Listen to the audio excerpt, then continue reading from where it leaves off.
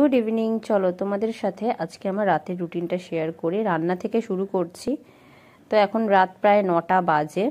তো দেখো আমি পরোটা বানাচ্ছি। তো পরোটা হবে আর কি কি হবে দেখতেই পাবে। চলো, খুবই সিম্পল একটা মেনু হবে। আর রিশানকে এতক্ষণ পড়াচ্ছিলাম, একদমই ইচ্ছা করছিল না, মানে ঠান্ডায় এসে রান্না করি, কিন্তু বাধ্য করতেই হবে। তো এই যে পরোটা আমার ভাজা হচ্ছে। আমি কিন্তু একটা একটা করে পরোটা ভাজি, 2-3টে একসাথে ভাজলে আমার শক্ত হয়ে যায় পরোটা, আর একটা একটা করে একটু তেল বেশি দিয়ে ভাজলে বেশ নরমও থাকে ঠান্ডা হয়ে যাওয়ার পর। পরোটা ভেজে নেওয়ার পরে পেঁয়াজ কেটে নিচ্ছি, করব হচ্ছে ডিমের অমলেট। হ্যাঁ, তো পেঁয়াজ কেটে নিলাম, করব হচ্ছে ডিমের অমলেট। আমার আর বিল্টুর জন্য ডিমের অমলেট, আর রিশান ডিমের পোচটাই খেতে বেশি পছন্দ করে, তাই ওর জন্য ডিমের পোচ হবে রিশানের জন্য। তো ডিম ভেজে নিচ্ছি।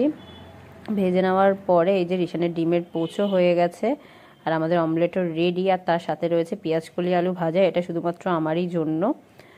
আর এদিকে আমি বাসন মেজে নিচ্ছি, কয়েকটা বাসন ছিল সিঙ্কে, সেগুলোই ভাবলাম মেজে নিই।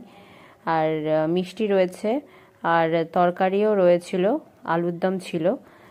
তো আমি আলুর দম নিয়ে নিই, বিল্টুই আলুর দম একা খাবে, আমি ওই পেঁয়াজকলি আলু ভাজা আর ডিমের অমলেট দিয়ে খেয়ে নেব, আর রিশান মিষ্টি দিয়ে খাবে, তারপরে লাস্টে ডিমের পোচটা শুধু শুধু খাবে। তো এই যে খেতেও বসে গেছি, কেননা বিল্টুর আসতে লেট হবে, সেজন্য আমি আর রিশান আগে খেয়ে নিই, অনেকটাই রাত হয়ে গেছে।